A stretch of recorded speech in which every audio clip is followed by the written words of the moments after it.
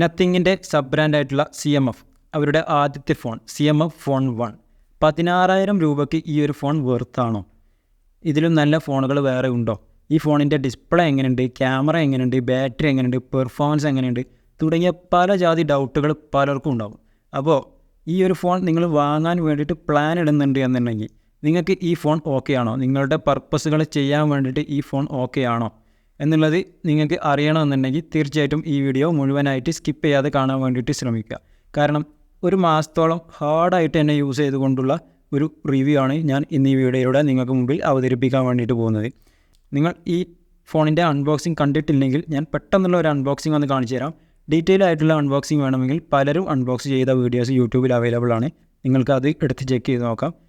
ഈ ഒരു രീതിയിലുള്ള ബോക്സിലാണ് ഫോൺ വരുന്നത്. ചാർജർ വരുന്നില്ല, അതുകൊണ്ട് തന്നെ ബോക്സ് അത്യാവശ്യം സ്ലിമ്മാണ്. ഓപ്പൺ ചെയ്യുമ്പോൾ മുകൾ ഭാഗത്ത് ഫോൺ കാണാം. ഫോണിൻ്റെ താഴെയായിട്ട് type C to type C charging cable വന്നിട്ടുണ്ട്. താഴെയായിട്ട് ഒരു യൂസർ ഗൈഡ് വരുന്നുണ്ട്, ഒരു സിം ഇജക്ടർ പിന്ന് വരുന്നുണ്ട്. ഇത്രയും കാര്യങ്ങളാണ് ഫോണിൻ്റെ കൂടെ വന്നിട്ടുള്ളത്. സിം ഇജക്ടർ പിന്നിൻ്റെ മറുതലക്കൽ സ്ക്രൂ ഡ്രൈവർ നിങ്ങൾ പല സ്ഥലത്തും കണ്ടിട്ടുണ്ടാവും. അത് നമ്മൾ എക്സ്ട്രാ കേസ് വാങ്ങുമ്പോൾ മാത്രമേ അതിൻ്റെ കൂടെ സ്ക്രൂ ഡ്രൈവർ കിട്ടത്തുള്ളൂ. ഫോൺ വാങ്ങുമ്പോൾ ഒരു ഭാഗത്ത് സിം ഇജക്ടർ പിന്ന് മാത്രമേ വരുന്നുള്ളൂ. ഇങ്ങനെയാണ് ഫോണിൻ്റെ ഒരു സെറ്റപ്പ് വരുന്നത്. 6 GB റാമും 8 GB റാമും വേരിയൻറ്റിലാണ് ഫോൺ വരുന്നത്. രണ്ടും 128 GB സ്റ്റോറേജ് തന്നെയാണ്. 16,000 ആൻഡ് 18,000 ഈ ഒരു പ്രൈസ് റേഞ്ചിലാണ് ഫോൺ വന്നിട്ടുള്ളത്. 4 കളറുകളിൽ ഫോൺ അവൈലബിൾ ആണ്: black, blue, light green, orange. ഇതിൽ ബ്ലൂവും ഓറഞ്ചും വന്നിട്ടുള്ളത് ഒരു വാഗൻ ലെതർ ഫിനിഷിലാണ്. ബ്ലാക്കും ലൈറ്റ് ഗ്രീനും വന്നിട്ടുള്ളത് പ്ലാസ്റ്റിക് ഫിനിഷിലാണ്. ഫോണിൻ്റെ വെയിറ്റ് വരുന്നത് 197 ഗ്രാമാണ്. 8.2 mm തിക്നെസ് ആണ് ഫോൺ വരുന്നത്. 5000 mAh ബാറ്ററി വരുന്നുണ്ട്. അത്രയും വലിയൊരു ബാറ്ററി വന്നിട്ടുണ്ടെങ്കിലും അതിനനുസരിച്ചുള്ള ഒരു വെയിറ്റ് നമുക്ക് ഫോൺ യൂസ് ചെയ്യുമ്പോൾ ഫീൽ ചെയ്യുന്നില്ല. ഭയങ്കര പ്രീമിയം ആയിട്ടുള്ള ഒരു ബിൽഡൊന്നും അല്ല വന്നിട്ടുള്ളത്, എന്നാലും ഓക്കെ ആയിട്ടുള്ള ഒരു ബിൽഡ് തന്നെയാണ് വന്നിട്ടുള്ളത്. പലരും ഇതിൻ്റെ കേസിൻ്റെ ക്വാളിറ്റിയെ പറ്റിയൊക്കെ പറയുന്നുണ്ട്, ഇതിങ്ങനെ ബെൻഡ് ആവുന്നുണ്ട് അങ്ങനെ ഇങ്ങനെയൊക്കെ. കാരണം ഇത് ഫോണിൽ നിന്നും കഴിച്ച് നോക്കിയാൽ ഏതൊരു ഫോണിൻ്റെ കേസാണെങ്കിലും അതുപോലെ ബെൻഡാക്കിയാൽ ബെൻഡാവും. എന്നാൽ ഇത് ഫോണിൽ ഫിറ്റ് ചെയ്ത് കഴിയുമ്പോൾ ഇത് ഒരു സോളിഡ് ഫീൽ തന്നെയാണ് നമുക്ക് കിട്ടുന്നത്. ഇതിൻ്റെ ബാക്ക് കവറുകളൊക്കെ പറയുകയാണെങ്കിൽ 1,500 രൂപയാണ് ബാക്ക് കവറിന് വരുന്നത്. അപ്പോൾ 16,000 രൂപയുടെ ഒരു ഫോണിന് 1,500 രൂപയുടെ ഒരു ബാക്ക് കേസൊക്കെ വാങ്ങി മാറ്റി യൂസ് ചെയ്യുക എന്ന് പറയുന്നത് അതൊരു അപ്ലിക്കബിൾ ആയിട്ടുള്ള ഒരു സംഭവമായിട്ട് എനിക്ക് തോന്നുന്നില്ല. അതുകൊണ്ട് തന്നെ ഞാനൊരു സൈറ്റ് പറഞ്ഞുതരാം, maxbee.com. ഈ സൈറ്റിൽ നമുക്ക് 600 രൂപക്കൊക്കെ ഇതിൻ്റെ വേറെ കേസ് വാങ്ങാൻ വേണ്ടിയിട്ട് സാധിക്കും. നിങ്ങൾക്ക് താല്പര്യമുണ്ടെങ്കിൽ അതിൽ നിന്നും വാങ്ങാവുന്നതാണ്. IP52 റേറ്റിംഗ് മാത്രമേ ഫോൺ വരുന്നുള്ളൂ. കാരണം ഇത് കഴിക്കാൻ പറ്റുന്ന ഒരു ഫോൺ ആയതുകൊണ്ട് തന്നെ 52 റേറ്റിംഗാണ് വന്നിട്ടുള്ളൂ. വാട്ടർ പ്രൂഫ് റേറ്റിംഗ് വന്നിട്ടില്ല. അതുകൊണ്ട് തന്നെ വെള്ളം ചെറിയ ചാറൽമയ കാര്യങ്ങളൊന്നും വലിയ ഇഷ്യൂ ഉണ്ടാവാൻ ചാൻസ് ഇല്ല. എന്നിരുന്നാലും കാര്യമായിട്ട് വെള്ളം നനയാത്ത രീതിയിൽ ശ്രദ്ധിക്കണം. പിന്നീട് പറയാനുള്ളത്, ആൻഡ്രോയിഡ് 14 സാധനം വർക്ക് ചെയ്യുന്നത്. നല്ല സ്മൂത്ത് എക്സ്പീരിയൻസ് ആണ്. നത്തിങ് OS 2.6 ആണ് വരുന്നത്.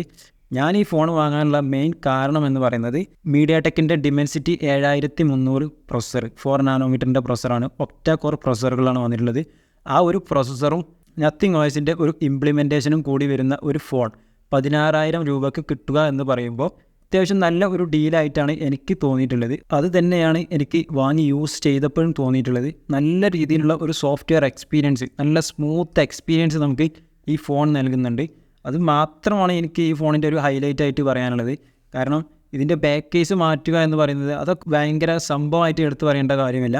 നിങ്ങൾക്ക് വേണമെങ്കിൽ പൗച്ചൊന്നും ഇടാതെ യൂസ് ചെയ്യാൻ വേണ്ടിയിട്ട് സാധിക്കും. കാരണം ഭയങ്കര സ്ക്രാച്ചൊക്കെ ആയിക്കഴിഞ്ഞാൽ നമുക്ക് വേറൊരു കേസ് വേണമെങ്കിൽ മാറ്റി യൂസ് ചെയ്യാൻ വേണ്ടിയിട്ട് സാധിക്കും. നമുക്ക് സ്വന്തമായിട്ട് മാറ്റി യൂസ് ചെയ്യാം.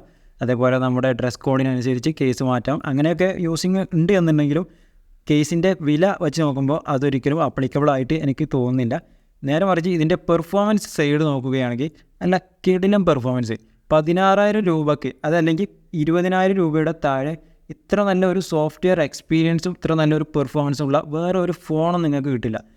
ഇതിൽ കൂടുതൽ പെർഫോമൻസ് മാത്രം നോക്കുകയാണെങ്കിൽ നിങ്ങൾക്ക് IQയുടെ Z9 പോലത്തെ ഫോണുകളൊക്കെ നോക്കാവുന്നതാണ്. പക്ഷേ അതിൻ്റെ സോഫ്റ്റ്വെയർ എക്സ്പീരിയൻസ് എന്ന് പറയുന്നത് ഇത്ര സ്മൂത്ത് ആവാൻ ഒരു ചാൻസും ഇല്ല. കാരണം ഇതിൻ്റെ സോഫ്റ്റ്വെയർ എന്ന് പറയുന്നത് നത്തിങ്ങിൻ്റെ പ്രീമിയം ഫോണുകളായിട്ടുള്ള നത്തിങ് ഫോൺ 1, നത്തിങ് ഫോൺ 2 പോലെയുള്ള ഫോണുകളിലൊക്കെ കൊടുത്ത സെയിം സോഫ്റ്റ്വെയർ എക്സ്പീരിയൻസ്. ഹാർഡ്വെയർ സപ്പോർട്ടുകൾ നോക്കുകയാണെങ്കിൽ അതിൽ NFC വരുന്നുണ്ട്, ഇതിൽ NFC വരുന്നില്ല.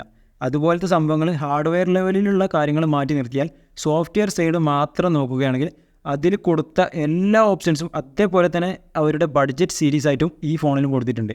എനിക്ക് തോന്നുന്നത് നമ്മൾ ഈ ഫോൺ യൂസ് ചെയ്ത് കഴിഞ്ഞാൽ ഇവരുടെ ഒരു സോഫ്റ്റ്വെയർ എക്സ്പീരിയൻസിൻ്റെ ഭയങ്കര ഫാനായി മാറും. പിന്നീട് ഒരു അപ്ഡേഷന് വേണ്ടിയിട്ട് നോക്കുമ്പോൾ നമ്മൾ മിക്കവാറും ചൂസ് ചെയ്യാൻ ചാൻസ് ഉള്ള ഒരു ഫോൺ എന്ന് പറയുന്നത് നത്തിങ് ഫോൺ 3 ഒക്കെ ആയിരിക്കും. നത്തിങ് ഫോൺ 3 ഈ വർഷം ഇറങ്ങുന്നില്ല.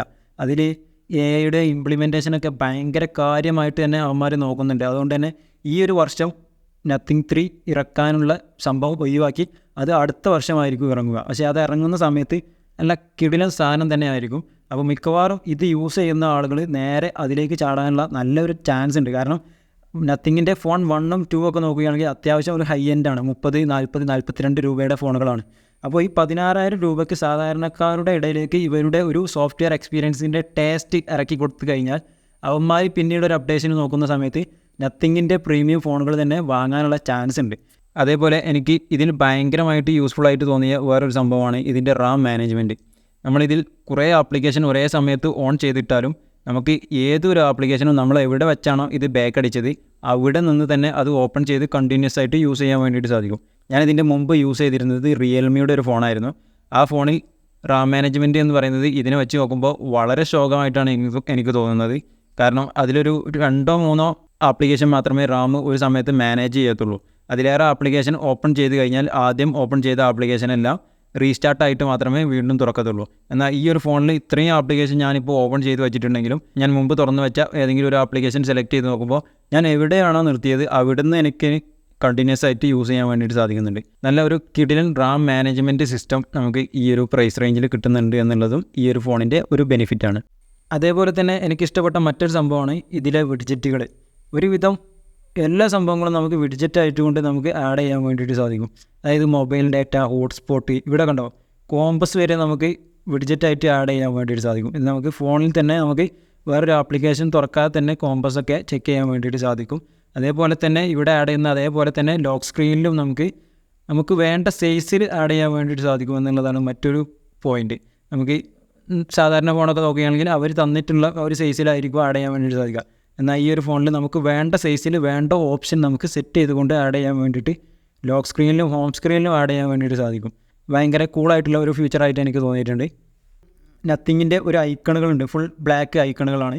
ഇതിൽ ഇവന്മാരുടെ ലിസ്റ്റിലില്ലാത്ത ഐക്കണുകളുള്ള സോഫ്റ്റ്വെയർ നമ്മൾ ഇൻസ്റ്റാൾ ചെയ്യുന്ന സമയത്ത് ഇങ്ങനെയൊക്കെ ആയിരിക്കും കാണിക്കുക. ഇതിന് നമുക്ക് ഒഴിവാക്കാൻ വേണ്ടിയിട്ട് അവന്മാരുടെ തന്നെ ഐക്കൺ പാക്കുകളുണ്ട്. ഒരു ഐക്കൺ പാക്കിൻ്റെ സോഫ്റ്റ്വെയർ ഫ്രീ ആണ്. അത് ഇൻസ്റ്റാൾ ചെയ്ത് കഴിഞ്ഞാൽ നമുക്ക് ഇങ്ങനെ യൂസ് ചെയ്യാൻ വേണ്ടിയിട്ട് സാധിക്കും. നേരെ മറിച്ച് നമുക്ക് മെനു തുറക്കുന്ന സമയത്ത് ഈ ഒരു ബ്ലാക്ക് ഡിസൈൻ ഇഷ്ടമില്ല എന്നുണ്ടെങ്കിൽ സാധാരണ ഡിസൈനിലേക്ക് മാറ്റാനും വേണ്ടിയിട്ട് സാധിക്കും. ഇവന്മാരുടെ ഐക്കൺ പാക്കുകൾ നമുക്ക് പർച്ചേസ് ചെയ്യാൻ വേണ്ടിയിട്ടുള്ള ഓപ്ഷൻസ് ഉണ്ട്. ഏകദേശം 60, 70, 80 ആ ഒരു പ്രൈസ് റേഞ്ചിൽ ഇവന്മാരുടെ പല ജാതി ഐക്കൺ പാക്സുകൾ അവൈലബിൾ ആണ്. നിങ്ങൾക്ക് ഇഷ്ടമുണ്ടെങ്കിൽ അതും ഡൗൺലോഡ് ചെയ്ത് യൂസ് ചെയ്യാവുന്നതാണ്. പിന്നീട് പറയാനുള്ളത് ഈ ഫോണിൽ കൊടുത്തിട്ടുള്ള ഡിസ്പ്ലേ നല്ല കിടിലൻ ഡിസ്പ്ലേ ആണ്. AMOLED ഡിസ്പ്ലേ ആണ് വന്നിട്ടുള്ളത്. 6.67 ഇഞ്ചിൻ്റെ ഡിസ്പ്ലേ ആണ്. ഫുൾ HD+ ഡിസ്പ്ലേ ആണ് വന്നിട്ടുള്ളത്. 120 ഹെർട്സിൻ്റെ റിഫ്രഷ് റേറ്റ് സപ്പോർട്ട് ചെയ്യുന്ന ഡിസ്പ്ലേ ആണ്. 395 പിക്സൽ പെർ ഇഞ്ചാണ് വന്നിട്ടുള്ളത്. 240 ഹെർട്സിൻ്റെ ടച്ച് സാമ്പിളിംഗ് റേറ്റ് വന്നിട്ടുണ്ട്. 2000 നിറ്റ്സിൻ്റെ പീക്ക് ബ്രൈറ്റ്നസ്സും വന്നിട്ടുണ്ട്. 2000 നിറ്റ്സിൽ കൂടുതലും ബ്രൈറ്റ്നസ് ഉള്ള ഫോണുകൾ അവൈലബിൾ ആണ്. പക്ഷേ 2000 നിറ്റ്സും ഓക്കെയാണ്. ഇതിപ്പോൾ ഞാൻ ഔട്ട്ഡോറിലാണ് യൂസ് ചെയ്യുന്നത്. ഇതിപ്പോൾ ഫുൾ ബ്രൈറ്റ്നസ്സിലാണ് നിൽക്കുന്നത്. ഈ രീതിയിലുള്ള ഒരു വ്യൂ നമുക്ക് ഔട്ട്ഡോറിൽ അത്യാവശ്യം ലൈറ്റിംഗ് കണ്ടീഷനിലും കിട്ടുന്നുണ്ട്. അത്ര ലൈറ്റുള്ള കണ്ടീഷനിലാണെങ്കിലും നമുക്ക് ഡിസ്പ്ലേ കാണാത്ത രീതിയിലുള്ള ഒരു സിറ്റുവേഷൻ വരുന്നില്ല. അതിനുള്ള ഒരു ഇനഫായിട്ടുള്ള ഒരു ബ്രൈറ്റ്നസ് ലെവൽ ഈ ഫോണിൽ കൊടുത്തിട്ടുണ്ട്. HDR10+ കണ്ടൻറ്റുകൾ സപ്പോർട്ട് ചെയ്യും. 8 ബിറ്റിൻ്റെ ഡിസ്പ്ലേ ആണ് വന്നിട്ടുള്ളത്. പിന്നീട് നോക്കാനുള്ളത് ഇതിൻ്റെ ഒരു ബെസൽസുകളാണ്. ഇതിൻ്റെ എഡ്ജുകളൊക്കെ നോക്കുന്ന സമയത്ത് കുറച്ചൊരു വലിയ എഡ്ജുകളാണ് വന്നിട്ടുള്ളത്. ഈ ഒരു പ്രൈസ് റേഞ്ചിൽ അല്ലെങ്കിൽ 20,000 രൂപയുടെ താഴെയൊക്കെ ഫോണുകൾ നോക്കുമ്പോൾ ഇത്രയും വലിയ രീതിയിലുള്ള ബെസൽസുകൾ ഞാൻ എവിടെയും കണ്ടിട്ടില്ല. പക്ഷേ ഈ ഫോണിൽ കുറച്ച് വലിയ ബെസൽസുകളാണ് വന്നിട്ടുള്ളത്. ഇതിൻ്റെ കോർണർ ഭാഗം ചെറിയ ചെരിവൊക്കെ ചില ഡിസ്പ്ലേക്കൊക്കെ വരാറുണ്ട്. അങ്ങനെയൊന്നും ഇതിൽ വന്നിട്ടില്ല. ഫ്ലാറ്റ് ഡിസ്പ്ലേ ആണ് വന്നിട്ടുള്ളത്. 85% ആണ് സ്ക്രീൻ ടു ബോഡി റേഷ്യോ വന്നിട്ടുള്ളത്. എനിക്ക് തോന്നുന്നത് ഇതിൻ്റെ ബാക്ക് ബോഡി കഴിക്കാൻ പറ്റുന്നതായതുകൊണ്ട് തന്നെ ഇതിൻ്റെ ഒരു ഡിസ്പ്ലേയുടെ പ്രൊട്ടക്ഷന് വേണ്ടിയിട്ടായിരിക്കും ഡിസ്പ്ലേ കുറച്ച് ഒന്ന് ഉള്ളിലേക്ക് ഒതുക്കി ബെസൽസ് കുറച്ച് കൂട്ടി കൊടുത്തിട്ടുള്ളത്. അല്ലാതെ അവിടെ കുറയ്ക്കേണ്ട ഒരു ആവശ്യം എനിക്ക് തോന്നുന്നില്ല. ഇതിൻ്റെ ഗ്ലാസ് വന്നിട്ടുള്ളത് ഗോറില്ല ഗ്ലാസ് അല്ല. ഈ ഒരു പ്രൈസ് റേഞ്ചിൽ പല കമ്പനികളും ഗോറില്ല ഗ്ലാസ്സൊക്കെ കൊടുക്കാറുണ്ട്. എന്നാൽ ഇതിൽ വന്നിട്ടുള്ളത് AGC Paragon trial pro glass എന്ന വേറെ ഒരു കമ്പനിയുടെ ഗ്ലാസ്സാണ്. ഇതിൽ ഒരു സ്ക്രീൻ ഗാർഡ് അപ്ലൈ ചെയ്തിട്ടായിരിക്കും ഫോൺ അവന്മാർ നമുക്ക് തരുന്നത്. അതൊരു സാധാരണ സ്ക്രീൻ ഗാർഡ് ആയിരിക്കും, ഗ്ലാസ് ആയിരിക്കില്ല. ഞാനത് ഒഴിവാക്കി വേറെ ഒരു സ്ക്രീൻ ഗാർഡ് അപ്ലൈ ചെയ്തിട്ടാണ് ഞാൻ യൂസ് ചെയ്യുന്നത്. 2 കൊല്ലത്തെ സോഫ്റ്റ്വെയർ അപ്ഡേഷനും 3 കൊല്ലത്തെ സെക്യൂരിറ്റി അപ്ഡേഷനും ഈ ഫോൺ പ്രോമിസ് ചെയ്യുന്നുണ്ട്. ഇതിൻ്റെ GPU വന്നിട്ടുള്ളത് മാലി G615 MC2 എന്ന GPU ആണ് വന്നിട്ടുള്ളത്. 7 ലക്ഷത്തിൻ്റെയൊക്കെ AnTuTu സ്കോർ കിട്ടുന്നുണ്ട്. LPDDR4X RAM ആണ് വന്നിട്ടുള്ളത്. സ്റ്റോറേജ് ടൈപ്പ് വരുന്നത് UFS 2.2 ആണ്. ഇതിലും കൂടിയ സ്റ്റോറേജ് ടൈപ്പൊക്കെ വരാറുണ്ട്. ഇതൊരു ബഡ്ജറ്റ് ലെവലിൽ വരുന്ന സ്റ്റോറേജ് ടൈപ്പാണ്. പക്ഷേ വലിയ പെർഫോമൻസ് ഇഷ്യൂ ഒന്നും നമുക്കവിടെ ഫീൽ ചെയ്യുന്നില്ല. SD കാർഡ് സപ്പോർട്ട് ചെയ്യും. വളരെ മികച്ച ഒരു കാര്യമാണ്. ഇതിൻ്റെ ഒരു സൈഡുകൾ നോക്കുകയാണെങ്കിൽ ഇടതുഭാഗത്തായിട്ട് വോളിയം റോക്കേഴ്സ് വന്നിട്ടുണ്ട്. മുകൾ ഭാഗത്തായിട്ട് നോയ്സ് ക്യാൻസലേഷൻ്റെ മൈക്രോഫോൺ വന്നിട്ടുണ്ട്. വലതുഭാഗത്ത് പവർ ബട്ടൺ. താഴെ നോക്കുകയാണെങ്കിൽ speaker grill, Type C charging port, mic hole, SIM tray വന്നിട്ടുള്ളത് ഹൈബ്രിഡ് സിം സ്ലോട്ടാണ്. അതായത് 2 സിം കാർഡ് അല്ലെങ്കിൽ ഒരു സിം കാർഡ് പ്ലസ് ഒരു മെമ്മറി കാർഡ് എക്സ്പാൻഡ് ചെയ്ത് യൂസ് ചെയ്യാൻ പറ്റുന്നത് കൊണ്ട് തന്നെ സ്റ്റോറേജ് 128 GB മാത്രമേ ഉള്ളൂ എന്നുള്ളത് അവിടെ ഒരു ഇഷ്യൂ ആയിട്ട് വരുന്നില്ല. നമുക്ക് SD കാർഡ് ഇട്ടുകൊണ്ട് നമുക്ക് അപ്ഗ്രേഡ് ചെയ്യാൻ വേണ്ടിയിട്ട് സാധിക്കും. പിന്നീട് ക്യാമറയുടെ സൈഡ് നോക്കുകയാണെങ്കിൽ 50 MB ഒപ്റ്റിക്കൽ ഇമേജ് സ്റ്റെബിലൈസേഷൻ വരാത്ത ഇലക്ട്രോണിക് ഇമേജ് സ്റ്റെബിലൈസേഷൻ മാത്രമുള്ള ഒരു ക്യാമറയാണ് വന്നിട്ടുള്ളത്. സോണിയുടെ സെൻസറാണ് വന്നിട്ടുള്ളത്. സെക്കൻഡറി ക്യാമറ വന്നിട്ടുള്ളത് 2 MP മാത്രമാണ്. ഫ്രണ്ട് ക്യാമറ വന്നിട്ടുള്ളത് 16 MP ആണ്. ക്യാമറയുടെ ഔട്ട് നോക്കുമ്പോൾ അത്യാവശ്യം നല്ല രീതിയിലുള്ള ഒരു ഔട്ട് തന്നെയാണ് നമുക്ക് ഫോണിൽ നിന്നും കിട്ടുന്നത്. ഫ്രണ്ട് ക്യാമറയിൽ എടുത്ത ഫോട്ടോയാണ് ഈ കാണുന്നത്. അത്യാവശ്യം നല്ല രീതിയിലുള്ള ഒരു ഔട്ട് തന്നെയാണ് വന്നിട്ടുള്ളത്. ബാക്ക് ക്യാമറയിൽ എടുക്കുന്ന ഫോട്ടോ അവർ ഫോട്ടോ എടുത്തതിന് ശേഷം ചെറുതായിട്ടൊന്ന് പ്രോസസ്സ് ചെയ്യുന്നുണ്ട്. അങ്ങനെ പ്രോസസ്സ് ചെയ്യുമ്പോൾ ചില ഫോട്ടോസ് ഒറിജിനൽ ടോണിൽ നിന്നും മാറുന്നതായിട്ട് ഞാൻ ശ്രദ്ധിച്ചിട്ടുണ്ട്. ആദ്യത്തെ സോഫ്റ്റ്വെയറിൽ അത് ഭയങ്കര ഒരു മോശമായിരുന്നു. എന്നാൽ ഒരു സോഫ്റ്റ്വെയർ അപ്ഡേഷൻ വന്നതിന് ശേഷം അത് ഒന്നുകൂടി ഒരു സ്റ്റേബിൾ ആയിട്ടുണ്ട്. ഇനിയും അപ്ഡേഷനുകൾ വരാനുണ്ട്. അതൊക്കെ വന്നതിന് ശേഷം അത്യാവശ്യം നല്ല രീതിയിലുള്ള ഒരു ഔട്ട് തന്നെ നമുക്ക് ക്യാമറയിൽ നിന്നും വരാൻ ചാൻസ് ഉണ്ട്. കാരണം നത്തിങ് ഫോൺ 1 ഒക്കെ നോക്കുകയാണെങ്കിൽ കിട്ടിയ സമയത്ത് ഉള്ളതിനേക്കാളും നല്ല ഒരു രീതിയിലുള്ള ക്യാമറ ഔട്ട് ഇപ്പോൾ നത്തിങ് ഫോൺ 1 നോക്കുമ്പോൾ നമുക്ക് കിട്ടുന്നുണ്ട്. മറ്റുള്ള കമ്പനികളെ പോലെ ഫോൺ വാങ്ങുമ്പോൾ നല്ല ക്വാളിറ്റിയുള്ള ക്യാമറയും പിന്നീട് അവർ അപ്ഡേഷൻ തന്ന് ക്യാമറയുടെ ക്വാളിറ്റി കുറയ്ക്കുകയും ചെയ്യുന്ന ആ ഒരു ചീഞ്ഞ പരിപാടി ഈ ഒരു ബ്രാൻഡിൽ നിന്നും വരാൻ ചാൻസ് ഇല്ല. കാരണം ഒരു സ്റ്റാർട്ടപ്പ് ബ്രാൻഡ് ആയതുകൊണ്ട് തന്നെ അത്യാവശ്യം നല്ല രീതിയിലുള്ള ഒരു അപ്ഡേഷൻ തന്നെയായിരിക്കും ഇനിയും വരാനുള്ളത്. ഇതിൻ്റെ ബാക്ക് ക്യാമറ വെച്ചെടുത്ത പോർട്രേറ്റ് ഫോട്ടോയാണ്. ഇതും അത്യാവശ്യം നല്ല രീതിയിലുള്ള ഒരു ഔട്ട് തന്നെയാണ് നമുക്ക് കിട്ടിയിട്ടുള്ളത്. ഇതാണ് ഈ ഫോണിൻ്റെ video quality. Video plus audio record ചെയ്തിരിക്കുന്നത് ഈ ഫോണിൽ നിന്നും തന്നെയാണ്. ഇതിൽ ബാക്ക് ക്യാമറ ഉപയോഗിച്ച് നമുക്ക് 4Kയിൽ 30 FPS ഷൂട്ട് ചെയ്യാൻ വേണ്ടിയിട്ട് സാധിക്കും. 1080യിൽ നമുക്ക് ഫ്രണ്ട് ക്യാമറ ഉപയോഗിച്ചും ബാക്ക് ക്യാമറ ഉപയോഗിച്ചും ഒരേപോലെ 30 FPSും 60 FPSും ഷൂട്ട് ചെയ്യാൻ വേണ്ടിയിട്ട് സാധിക്കും. ഇലക്ട്രോണിക് ഇമേജ് സ്റ്റെബിലൈസേഷൻ മാത്രമേ വന്നിട്ടുള്ളൂ എന്നുള്ളത് കൊണ്ട് തന്നെ നമ്മളിങ്ങനെ നടക്കുന്ന ഷോട്ടൊക്കെ എടുക്കുമ്പോൾ ചെറിയ രീതിയിലുള്ള ഒരു ഷെയ്ക്കിങ് വരുന്നുണ്ട്. അതുകൊണ്ട് തന്നെ കണ്ടൻറ് ക്രിയേഷനൊന്നും ഞാൻ ഒരിക്കലും ഈ ഒരു ഫോൺ റെക്കമെൻഡ് ചെയ്യില്ല. ഒപ്റ്റിക്കൽ ഇമേജ് സ്റ്റെബിലൈസേഷൻ ഉണ്ടെങ്കിൽ മാത്രമേ ഒന്നുകൂടി ഒരു സ്റ്റേബിൾ ആയിട്ടുള്ള പെർഫോമൻസ് നമുക്ക് വീഡിയോയുടെ ഭാഗത്ത് നിന്ന് കിട്ടത്തുള്ളൂ. അതുകൊണ്ട് തന്നെ നിങ്ങളൊരു ട്രൈപോഡ് ഉപയോഗിച്ചോ അല്ലെങ്കിൽ ഗിംബൽ ഉപയോഗിച്ചോ ഒക്കെയാണ് കണ്ടൻറ് ക്രിയേഷൻ നടത്തുന്നത് എന്നുണ്ടെങ്കിൽ വലിയ പ്രശ്നമില്ല. ഇല്ല എന്നുണ്ടെങ്കിൽ ഈ രീതിയിലുള്ള ഒരു ഷേക്കിങ് നിങ്ങൾ വീഡിയോ എടുക്കുമ്പോൾ ഉണ്ടാവും. അത് പ്രത്യേകം ശ്രദ്ധിക്കുക.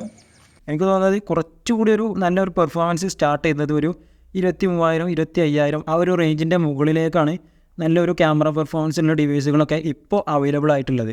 അതുകൊണ്ട് തന്നെ നിങ്ങൾക്ക് 20,000 രൂപയിൽ താഴെ നിങ്ങളൊരു ഫോൺ നോക്കുന്നുണ്ട് എന്നുണ്ടെങ്കിൽ ഭയങ്കരമായിട്ടുള്ള ക്യാമറ പെർഫോമൻസ് വേണം എന്ന് പറഞ്ഞ് സെർച്ച് ചെയ്ത് നിൽക്കേണ്ട ആവശ്യമില്ല. ഏകദേശം ഈ ഒരു പ്രൈസ് റേഞ്ചിലുള്ള പെർഫോമൻസ് തന്നെ ആയിരിക്കും മറ്റുള്ള ഫോണുകളും കാഴ്ചവെക്കുന്നത്. ഈ ഫോണിൻ്റെ ക്യാമറ ഉപയോഗിച്ചെടുത്ത ഫോട്ടോസിൻ്റെയും വീഡിയോസിൻ്റെയും എല്ലാം ഗൂഗിൾ ഡ്രൈവ് ലിങ്ക് ഞാൻ താഴെ ഡിസ്ക്രിപ്ഷനിൽ കൊടുക്കുന്നുണ്ട്. നിങ്ങൾക്ക് ഇതിൻ്റെ ഒറിജിനൽ ക്യാമറ ക്വാളിറ്റി ചെക്ക് ചെയ്യണമെന്നുണ്ടെങ്കിൽ ആ ലിങ്കിൽ ഓപ്പൺ ചെയ്ത് ഡൗൺലോഡ് ചെയ്യാവുന്നതാണ്. ഫോൺ ആദ്യം യൂസ് ചെയ്യുന്ന സമയത്ത് ചെറിയ രീതിയിലുള്ള ഒരു ബഗ്ഗൊക്കെ അവിടെ എവിടെയൊക്കെ കണ്ടിരുന്നു. അതൊക്കെ ഫസ്റ്റ് അപ്ഡേഷനിൽ തന്നെ അവർ ക്ലിയർ ചെയ്തിട്ടുണ്ട്. അതിനുശേഷം യൂസ് ചെയ്യുമ്പോൾ അങ്ങനെ നോട്ടീസബിൾ ആയിട്ടുള്ള ഒരു ബഗ്ഗൊന്നും ഞാൻ ഇതുവരെ കണ്ടിട്ടില്ല. അതുപോലെ തന്നെ ഫസ്റ്റ് ഫോട്ടോ എടുക്കുന്ന സമയത്ത് ലോ ലൈറ്റിലൊക്കെ എടുക്കുമ്പോൾ ഒരു യെല്ലോ ലൈറ്റൊക്കെയാണ് ഉള്ളതെങ്കിൽ അത് ബൂസ്റ്റ് ചെയ്ത് ഒരു റെഡ് ടോണിലേക്കൊക്കെ വരുന്ന സംഭവം ഉണ്ടായിരുന്നു. അതൊക്കെ ഇവന്മാർ ഫസ്റ്റ് തന്നെ നോട്ടീസ് ചെയ്ത് ഫസ്റ്റ് അപ്ഡേഷനിൽ തന്നെ അത് ക്ലിയർ ചെയ്തിട്ടുണ്ട്. ഏകദേശം 3.37 GB സോഫ്റ്റ്വെയർ അപ്ഡേഷൻ ആയിരുന്നു. ഞാനിത് ഡൗൺലോഡ് ചെയ്യാൻ തുടങ്ങുന്നത് 8:58 നിങ്ങൾക്ക് സ്ക്രീൻഷോട്ട് കണ്ടാൽ മനസ്സിലാവും. ഇത് ഡൗൺലോഡായി കംപ്ലീറ്റ് ആയി ഇൻസ്റ്റാളിങ് തുടങ്ങുന്നത് 9:10. അതായത് 12 മിനിറ്റിൻ്റെ ഉള്ളിൽ 3.37 GB 5Gയിൽ ഡൗൺലോഡ് ചെയ്തിട്ടുണ്ട്. ഇതൊന്നും അല്ല 5Gയുടെ സ്പീഡ്. 5G ടെസ്റ്റ് ചെയ്യുമ്പോഴുള്ള സ്പീഡ് എന്ന് പറയുന്നത് ഡൗൺലോഡിങ് സ്പീഡ് 660 MB ഒക്കെ കാണിക്കുന്നുണ്ട്. അതേപോലെ തന്നെ അപ്ലോഡിങ് സ്പീഡ് 18.6 MB ഒക്കെ കാണിക്കുന്നുണ്ട്. ചില സമയത്ത് ഇത് അങ്ങോട്ടും ഇങ്ങോട്ടും മാറി കളിക്കാനും ചാൻസ് ഉണ്ട്.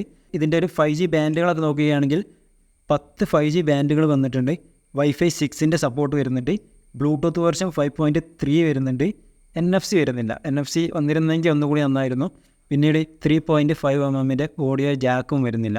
അത് വേണ്ടിയിരുന്നു ഞാനൊക്കെ അത് പേഴ്സണലി ഭയങ്കരമായിട്ട് യൂസ് ചെയ്യുന്നതാണ്. അപ്പോൾ നമുക്ക് വയേർഡ് ഹെഡ്സെറ്റൊക്കെ യൂസ് ചെയ്യണമെന്നുണ്ടെങ്കിൽ ഇതുപോലത്തെ ഒരു കണക്ടർ വാങ്ങണം. Type-C to 3.5mm ഒരു കണക്ടർ വാങ്ങിക്കൊണ്ട് മാത്രമേ നമുക്കിത് യൂസ് ചെയ്യാൻ വേണ്ടിയിട്ട് സാധിക്കുള്ളൂ. ഇങ്ങനെ യൂസ് ചെയ്യുന്നത് ഭയങ്കര ഒരു കൺവീനിയൻ്റ് ആയിട്ട് എനിക്ക് തോന്നുന്നില്ല. അപ്പോൾ ഞാൻ റെക്കമെൻഡ് ചെയ്യുന്നത് സാധാരണ ഒരു ബ്ലൂടൂത്ത് ഹെഡ്സെറ്റൊക്കെ വാങ്ങിക്കുന്നതായിരിക്കും മിക്കവാറും നല്ലത്.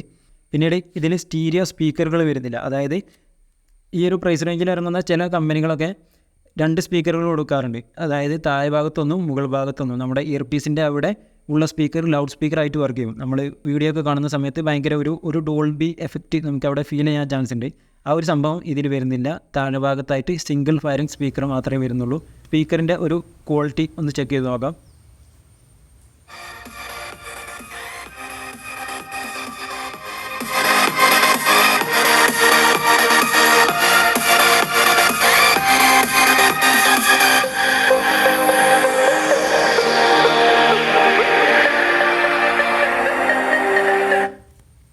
ഈ ഒരു രീതിയിലുള്ള ഒരു സ്പീക്കർ ക്വാളിറ്റിയാണ് കിട്ടുന്നത്. നോർമലാണ്, ഭയങ്കര ഒരു പ്രീമിയം സൗണ്ട് എന്നൊന്നും പറയാനില്ല. അത്യാവശ്യം സ്റ്റാൻഡേർഡ് ഒരു സൗണ്ട്, കുറവായിട്ടും തോന്നില്ല കൂടുതലായിട്ടും തോന്നില്ല, ഒരു നോർമൽ സൗണ്ടാണ് വന്നിട്ടുള്ളത്.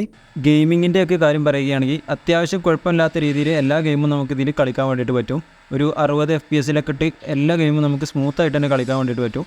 നിങ്ങൾ വെറും ഗെയിമറാണ് എന്നുണ്ടെങ്കിൽ നിങ്ങൾക്ക് വേറെ വല്ല ഫോണും ചൂസ് ചെയ്യുന്നതായിരിക്കും നല്ലത്. കാരണം ഇതൊരു ഗെയിമിങ്ങിനായിട്ട് ഇറക്കിയ ഫോണല്ല. എന്നിരുന്നാലും അത്യാവശ്യം കുഴപ്പമില്ലാത്ത രീതിയിൽ ഗെയിമൊക്കെ കളിക്കാൻ വേണ്ടിയിട്ട് ഈ ഒരു പ്രോസസ്സർ ഉപയോഗിച്ച് നമുക്ക് പറ്റുന്നുണ്ട്.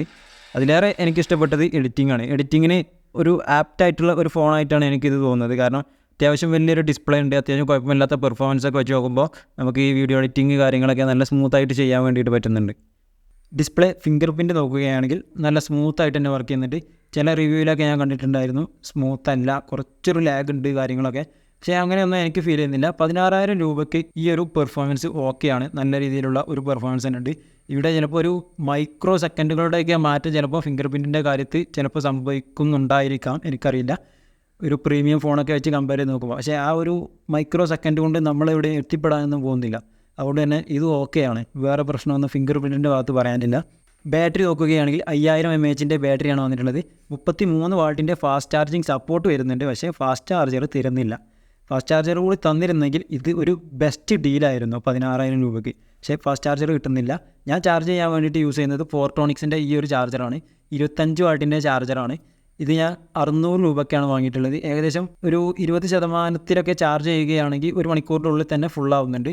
എനിക്ക് തോന്നുന്നത് 0 to 100% ആണ് എന്നുണ്ടെങ്കിൽ ഒരു 1.5 മണിക്കൂറിൻ്റെ ഉള്ളിൽ തന്നെ ഫുള്ളാവാനുള്ള ചാൻസ് ഉണ്ട്. ഞാൻ 0 to 100% ചാർജ് ചെയ്ത് നോക്കിയിട്ടില്ല. ഞാൻ ചില സമയത്ത് നോർമൽ ചാർജർ യൂസ് ചെയ്യാറുണ്ട്. അതായത് 10 വാട്ടിൻ്റെ 5 വാട്ട് 2 ആമ്പിയർ വരുന്ന സാധാ ചാർജർ വെച്ചും ഞാൻ യൂസ് ചെയ്യാറുണ്ട്. അത് വെച്ച് യൂസ് ചെയ്യുമ്പോൾ 1 മണിക്കൂറിൽ 40% മാത്രമേ ചാർജ് കയറുന്നുള്ളൂ. അങ്ങനെ നോക്കുമ്പോൾ ഒരു 2.5 മണിക്കൂറാണ് ഫുൾ ചാർജ് ആവാൻ വേണ്ടിയിട്ട് എടുക്കുന്ന സമയം. ഇതിൽ സ്മാർട്ട് ചാർജിങ് ഓപ്ഷൻസൊക്കെ അവൈലബിൾ ആണ്. അതായത് നമുക്ക് ഒരു ഇത്ര പെർസെൻറ്റേജ് വരുമ്പോൾ നമുക്ക് ഇതിൻ്റെ ചാർജിങ് സ്റ്റോപ്പ് ചെയ്യാൻ വേണ്ടിയിട്ട് സാധിക്കും. അതായത് ഇതിൽ കൊടുത്തിട്ടുള്ള ഓപ്ഷൻ 70, 80, 90. ഇതിലേതെങ്കിലും ഒരു പെർസെൻറ്റേജിൽ നമ്മൾ സെറ്റ് ചെയ്ത് വെച്ചാൽ, ഞാനിപ്പോൾ 90-ലാണ് സെറ്റ് ചെയ്ത് വെച്ചിട്ടുള്ളത്. അപ്പോൾ 90% ആവുന്ന സമയത്ത് ഇത് ഓട്ടോമാറ്റിക്കലി ചാർജിങ് ഡിസ്കണക്റ്റ് ആവും. അതുകൊണ്ട് തന്നെ നമുക്ക് നൈറ്റൊക്കെ കിടന്നുറങ്ങുന്ന സമയത്തൊക്കെ ചാർജിന് ഇടുകയാണെങ്കിൽ ഓവർനൈറ്റ് ചാർജിങ്, ഓവർ ചാർജിങ് പരിപാടികളൊക്കെ നമുക്ക് ഒഴിവാക്കാൻ വേണ്ടിയിട്ട് സാധിക്കും. അതൊക്കെ നല്ലൊരു ഓപ്ഷൻ തന്നെയാണ്. ബാറ്ററി ബാക്കപ്പിൻ്റെ ഒക്കെ കാര്യം പറയുകയാണെങ്കിൽ അത്യാവശ്യം നല്ല രീതിയിലുള്ള ഒരു ബാറ്ററി ബാക്കപ്പ് തന്നെ ഫോണിൽ നിന്നും കിട്ടുന്നുണ്ട്. 4Gയിലൊക്കെ ആണെങ്കിൽ ഞാൻ നോർമലി യൂസ് ചെയ്യുന്ന സമയത്ത് 2 ദിവസമൊക്കെ കിട്ടുന്നുണ്ട്.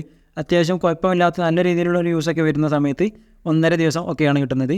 5Gയിലാണ് എന്നുണ്ടെങ്കിൽ 5Gയിൽ ഞാൻ ഒരു ദിവസം നല്ല രീതിയിൽ ചെക്ക് ചെയ്ത് നോക്കിയിരുന്നു. അതായത് 90% ആയിരിക്കും ഞാൻ ബാറ്ററി ഫുൾ ചാർജ് ചെയ്യുന്നത്. അതിൻ്റെ മുകളിലേക്ക് ഞാൻ ചെയ്യാറില്ല. 90% ഞാൻ നല്ല രീതിയിൽ ഒരു ദിവസം യൂസ് ചെയ്ത് നോക്കിയിട്ടുണ്ട്. ഫുൾ ടൈം വേറെ 2 ഡിവൈസും കണക്ട് ചെയ്ത് ഈ ഫോണും അത്യാവശ്യം കുഴപ്പമില്ലാത്ത രീതിയിലൊക്കെ യൂസ് ചെയ്ത് അങ്ങനെയൊക്കെ നോക്കിയതാണ്. അങ്ങനെ നോക്കുമ്പോഴും ഒരു ദിവസം നൈസായിട്ട് ബാറ്ററി ബാക്കപ്പ് കിട്ടുന്നുണ്ട്. ബാറ്ററി ബാക്കപ്പിൻ്റെ കാര്യത്തിലൊന്നും ഒരു പ്രശ്നം പറയാനില്ല. ഈ ഫോണിൻ്റെ സൈസ് കുറച്ച് ഓവറായിട്ട് ഫീൽ ചെയ്യുന്നുണ്ട്. കാരണം നമ്മളിത് വൺ ഹാൻഡ് യൂസൊക്കെ ചെയ്യാൻ ഭയങ്കരമായിട്ടുള്ള ബുദ്ധിമുട്ടുണ്ട്. അതേപോലെ നമ്മൾ ഒരു കയ്യിൽ പിടിച്ചിങ്ങനെ നടക്കുന്ന സമയത്തൊക്കെ ഹാൻഡിൽ ചെയ്യാൻ ചെറിയൊരു ബുദ്ധിമുട്ട് തോന്നുന്നുണ്ട്. iPhone XSഉം ഈ ഫോണും തമ്മിലുള്ള ഒരു ഡിഫറൻസാണ് ഇപ്പോൾ നിങ്ങൾ ഈ കാണുന്നത്. ഇത്ര ഒരു സൈസ് ഡിഫറൻസ് ഈ 2 ഫോണും തമ്മിൽ വരുന്നുണ്ട്.